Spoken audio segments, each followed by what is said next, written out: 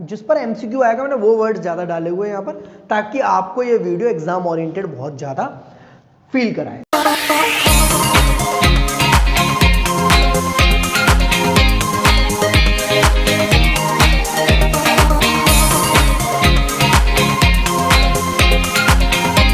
जय हिंद, जय भारत दोस्तों, welcome to our channel genius of commerce. Guys, आज की इस वीडियो में बात करने वाले सर एनालिसिस ऑफ फाइनेंशियल स्टेटमेंट, मतलब वो फाइनेंशियल स्टेटमेंट जो आपने हमें पहले पढ़ा रखा था, एसेट्स और लाइबिलिटीज वाला ज्ञान, और उसके बाद अब ये एनालिसिस जो इसका दूसरा भैया है जो कि जुड़वा सा लगता है पर जुड़वा है नहीं, उसकी क्या कहानी वो हमें विस्तार से समझाइए। तो सिर्फ 5 पॉइंट्स मैंने लिए हैं यहाँ पर, जो पूरा फाइनेंशियल स्टेटमेंट का थ्योरी मैंने कंप्लीट किया है। इसको आप कॉपी कर लीजिए यहाँ से साथ साथ और समझ लेना, इसी में से सारे एग्जाम के क्वेश्चंस आपके हो जाएंगे। और अगर आप इस बात पर यकीन नहीं है तो इस पूरी कंप्लीट थ्योरी को पढ़कर कोई भी सैंपल पेपर, कोई भी रिफ्रेशर बुक डीके गोयल की हो या टीएस ग्रेवाल सर की क्वेश्चंस कर लेना आप, देन मुझे बताना ये आपके लिए कितना बेनिफिशियल है। शुरुआत करते हैं। सबसे पहला पॉइंट है सर फाइनेंशियल एनालिसिस जो होती है। सबसे पहले एनालिसिस का मतलब समझ लो क्या होता है। चैप्टर को पूरे प्रैक्टिकल बेस पर समझ के पढ़ना। लाइक ये मार्कर है, इसकी कंपनी का नाम है लक्सर। मैं आपसे बोलता बेटा ये मार्कर मुझे बाजार से ला कर दे दो, और आपको ये मार्कर नहीं मिला, जो मिल रहा था आपने उसको लेकर इसके एनालाइज करा कि यार ये बढ़िया है कि नहीं है, बोर्ड पर चलेगा या नहीं चलेगा। ये सारी बात बोलते हैं एनालाइज करना, मतलब विश्लेषण करना, चीजों को खूब हद तक देखना, उस पर फैक्ट्स निकालना, उस पर रीजन देना और उससे कॉजेज और इफेक्ट भी जानना। ये सारी चीजों को बोला जाता है एनालिसिस। मतलब फाइनेंशियल की जो एनालिसिस है, जो हमारे सामने स्टेटमेंट तैयार है, जो profit and loss, balance sheet, cash flow statement हमारे सामने तैयार है, उसकी एनालिसिस करने के लिए आपको किसकी जरूरत होगी? फाइनेंशियल स्टेटमेंट की। मतलब वही जो कि ऑलरेडी मैंने पढ़ा रखा है आपको, एसेट्स और लाइबिलिटीज का संपूर्ण ज्ञान। अगर वीडियो अब तक नहीं देखी तो जरूर देख लेना, उसके बाद ये वाली वीडियो कर लेना, या पहले ये कर लो बाद में वो कर लो, तो अभी कोई दिक्कत नहीं है। पॉइंट नंबर 2 में हमने बात करी है सर, जो कि थ्योरी क्वेश्चन बहुत बार और बहुत सारे आ सकते हैं, कि एनालिसिस फाइनेंशियल स्टेटमेंट की जो होती है वो मेजर करती है अर्निंग कैपेसिटी को। मतलब हम फाइनेंशियल स्टेटमेंट को एनालाइज जब करते हैं तो हम ये अर्निंग कैपेसिटी देखते हैं, कंपनी की प्रॉफिटेबिलिटी की अर्निंग है या नहीं, कंपनी के प्रॉफिट्स बढ़ रहे हैं या नहीं बढ़ रहे हैं। लाइक आपने ये मार्कर नहीं मिला पर दूसरे वाले को एनालाइज किया कि ये 25 रुपये का भैया ने बताया था, 25 का मिल रहा है या 20 का मिल रहा है या 50 का मिल रहा है, महंगा है सस्ता है, इसमें ऐसी क्या खास बात है। तो एनालिसिस जब हम फाइनेंशियल स्टेटमेंट की करते हैं तो मेजर करता है अर्निंग कैपेसिटी को। यही आपका ऑब्जेक्टिव बन जाएगा थोड़ी देर बाद जाकर। ऑब्जेक्टिव मतलब वो चीज होती है जिसको आपको पता करना हो आपको कहां पहुंचना है। नेक्स्ट पॉइंट जो कि मोस्ट इंपॉर्टेंट है, चाहो तो जैसा मैंने लिखा है वैसा ही आप लिख लो। बहुत ज्यादा सारे क्वेश्चन आपके इन्हीं में से आने, कम से कम 10-12 थ्योरी क्वेश्चंस जो आपके सैंपल पेपर्स में होंगे, जिनमें से 1 या 2 बोर्ड में जरूर आएगा डेफिनेटली।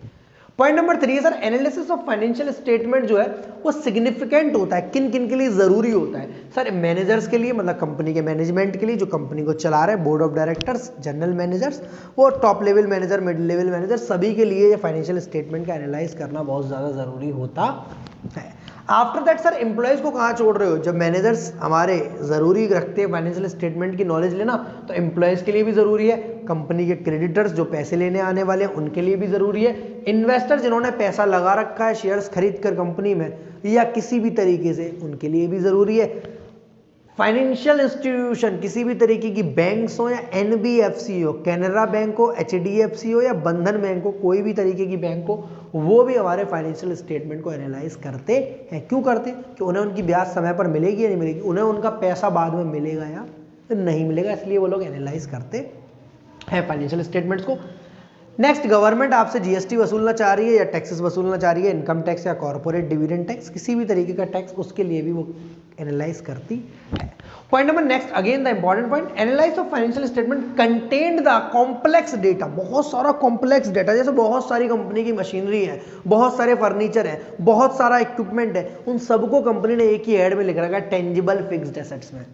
दैट मीन्स कंपनी की वो सारी एसेट्स हैं जो कि टेंजिबल नेचर की, जिन पर डेप्रीशिएशन चार्ज होता है, कॉम्प्लेक्स डेटा को इजी फॉर्म में लिखती है। Financial statement content the complex data presented in simple form. Simple form हमें दे रखी है कंपनीज एक्ट 2013 ने। रेवेन्यू फ्रॉम ऑपरेशन में revenue from operation, add other income, ये सिंपलेस्ट फॉर्म है। मतलब बैलेंस शीट का जो फॉर्मेट है और प्रॉफिट एंड लॉस स्टेटमेंट का जो फॉर्मेट है, state content the complex data, इतना सारा डेटा को सिंपल फॉर्मेट में देती है। नेक्स्ट आपको मैंने बोला थर्ड पॉइंट जो कि बहुत बड़ा भी है, बहुत इंपॉर्टेंट भी है। एनालाइज ऑफ फाइनेंशियल स्टेटमेंट जब हम करते हैं तो हम दो तरीके से एनालाइज करते हैं, एक सर हॉरिजॉन्टल के तरीके से, एक सर वर्टिकल के तरीके से होती है। मतलब सर फाइनेंशियल स्टेटमेंट का जो एनालाइज होता है वो दो तरीके से होता है, एक हॉरिजॉन्टल एक वर्टिकल के तरीके से। इससे बहुत सारे क्वेश्चन पूछता है जो आपसे बहुत ज्यादा कंफ्यूज करते हैं। सर हॉरिजॉन्टल वाला जो होता है वो सर पता है क्या होता है, वो सर डायनेमिक होता है। कंपेरेटिव टर्म 2 में आप लोग पढ़ोगे कंपेरेटिव इनकम स्टेटमेंट और कंपेरेटिव बैलेंस शीट, जहां 2 साल की बैलेंस शीट दी होती है या 2 साल का इनकम स्टेटमेंट दिया होता है हॉरिजॉन्टल फॉर्म में, मतलब ऐसे ऐसे करके फॉर्म में, ठीक है। तो सर वहां पर इस हॉरिजॉन्टल को हम डायनेमिक और कंपेरेटिव बोलते हैं। मतलब कंपैरेटिव में जो यूज होता है वो हॉरिजॉन्टल होता है। फिगर ऑफ 2 और मोर ईयर्स आर कंसीडर्ड, मतलब इसी कंपनी के 2 साल से या 2 साल से ज्यादा के फिगर्स, 2 साल का रेवेन्यू फ्रॉम ऑपरेशन या 2 साल की बैलेंस शीट का टोटल या 2 साल की इक्विटी एंड लायबिलिटीज का टोटल को हम एनालाइज करते हैं। तो सर एनालिसिस जो होती है दो तरीके से होती है, बार बार बोल रहा हूँ, उसमें बहुत सारे क्वेश्चन आ सकते हैं। हॉरिजॉन्टल का दूसरा नाम डायनेमिक या कंपैरेटिव कैसे भी पूछ सकता है, मतलब कंपैरेटिव कैसा यूज करती है, हॉरिजॉन्टल या वर्टिकल, ऐसे ऑप्शन दे सकता है आपको। एमसीक्यू बेस्ड एग्जाम में अगर आपने कर रखे हो तो यही क्वेश्चन आते हैं आपके। हॉरिजॉन्टल को सर डायनेमिक और कंपैरेटिव साथ साथ लिखते जाओगे तो बहुत मजा आएगा। फिगर ऑफ 2 और मोर ईयर्स आर कंसीडर्ड, सारे तरीके के हॉरिजॉन्टल क्वेश्चन आपके तैयार हो गए इनमें से। देन दूसरा पार्ट जो वर्टिकल है, अगर वर्टिकल हॉरिजॉन्टल आपका डायनेमिक था तो वर्टिकल और आपका स्टैटिक रहेगा, मतलब स्टैटिक रहे, मतलब चेंज नहीं आता इसमें। वर्टिकल वाला कॉमन साइज यूज करता है, मतलब कुछ इस तरीके की फिगर जहां पर सिर्फ एक ही साल की, नाम में देखो क्या लिख रहा है, कॉमन साइज। कॉमन मतलब इसी साल की फिगर्स की बात करेगा, इसी साल के रेवेन्यू फ्रॉम ऑपरेशन की बात करेगा, इसी साल की कॉस्ट ऑफ रेवेन्यू की, इसी साल की फाइनेंस कॉस्ट की, इसी साल की बैलेंस शीट की और इसी साल की लायबिलिटीज की। Figure of single year is consider.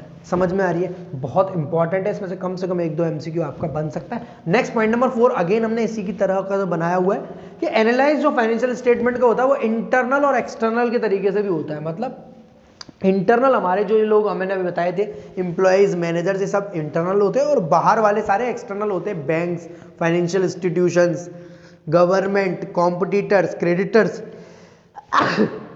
ये सारे आपके एक्सटर्नल एनालाइज करते हैं। इनको अपने अपने से मतलब होता है, कंपनी के परफॉर्मेंस से तो मतलब होता ही है, अपने पैसे से ज्यादा मतलब होता है, सब बाहरी लोग होते हैं, बाहर वाले एक्सटर्नल। देन एनालाइज जो होता है, एक इंटर फॉर्म होता है, एक इंट्रा फॉर्म होता है। इंटर मतलब दोस्त क्या होता है, यहां से वहां तक, मतलब हम अपनी फॉर्म को दूसरी फॉर्म से मैच करा रहे हैं, अपनी दुकान की दूसरी दुकान से कंपैरिजन कर रहे हैं कि उनकी सेल ज्यादा है या हमारी सेल ज्यादा है, उनके प्रॉफिट्स अच्छे हैं, हमारे प्रॉफिट्स अच्छे हैं, दैट इज इंटर फॉर्म। बोलते हैं क्रॉस सेक्शनल, जिस पर एमसीक्यू आएगा, मैंने वो वर्ड ज्यादा डाले हुए हैं यहाँ पर ताकि आपको ये वीडियो एग्जाम ओरिएंटेड बहुत ज्यादा फील कराए। इंटरफॉर्म जो होता है सर क्रॉस सेक्शनल भी बोलते हैं उसे। इंटरफॉर्म जो इन्वर्टेड कॉमास में चीजें सर वो बहुत ज्यादा इंपॉर्टेंट है, ठीक है। इंट्राफॉर्म जो होता है वो सर ट्रेंड और टाइम सीरीज बोलते हैं, क्योंकि इंट्राफॉर्म में सिर्फ हम अपनी फॉर्म का अपनी फॉर्म से कंपैरिजन कर रहे हैं, मतलब पिछली साल के रेवेन्यू का इस साल के रेवेन्यू से कंपैरिजन कर रहे हैं, तो उसे इंट्राफॉर्म बोला जाता है, उसे ट्रेंड और टाइम सीरीज, क्योंकि इस साल का उस साल गया तो नाम हो गया ट्रेंड और टाइम सीरीज। समझ में आ रहा है, इसका नाम क्रॉस सेक्शन, इसका नाम ट्रेंड और time series. Last but not the least is the most important, financial statement को मैंने 3 पार्ट्स में डाला, ऑब्जेक्टिव, सिग्निफिकेंस एंड लिमिटेशन। इसकी थोड़ी थोड़ी बातें हम ऊपर कर लिए, बस पूर्ण रूप से हम इसका ज्ञान यहां पर लेंगे। सबसे पहली बात करूंगा मैं, उल्टा शुरू करूंगा। लिमिटेशन मतलब क्या होता है, लिमिटेशन मतलब वही होता है जब मोहल्ले की आंटियां आपकी बुराइयां कर रही होती हैं कि लड़का बैग टांग के जाता है, कुछ पढ़ता भी है या नहीं है, इसकी नौकरी भी लगेगी या नहीं लगी, और जब नौकरी लग जाती है तो आंटियां आपकी तारीफ करने लग जाती है। उसी तरीके से हमें फाइनेंशियल स्टेटमेंट की बुराइयां करनी है, जितनी पेट भर कर सकते हो, पर उसका ज्ञान होना बहुत जरूरी है। सर फाइनेंशियल स्टेटमेंट होते तो बहुत अच्छे हैं, हमें एसेट लायबिलिटी की जानकारी देते हैं, पर सर क्वालिटेटिव एनालाइज को इग्नोर करते हैं। क्वालिटेटिव मतलब अगर कोई एम्प्लॉय दिन रात मेहनत कर रहा है, कंपनी के लिए खून पसीना बहा रहा है, उसको ये लोग मानेंगे नहीं, इग्नोर कर देंगे। विंडो ड्रेसिंग से अफेक्ट करती है। सर विंडो ड्रेसिंग क्या होती है, खिड़की पर खड़े होकर ड्रेसिंग करना?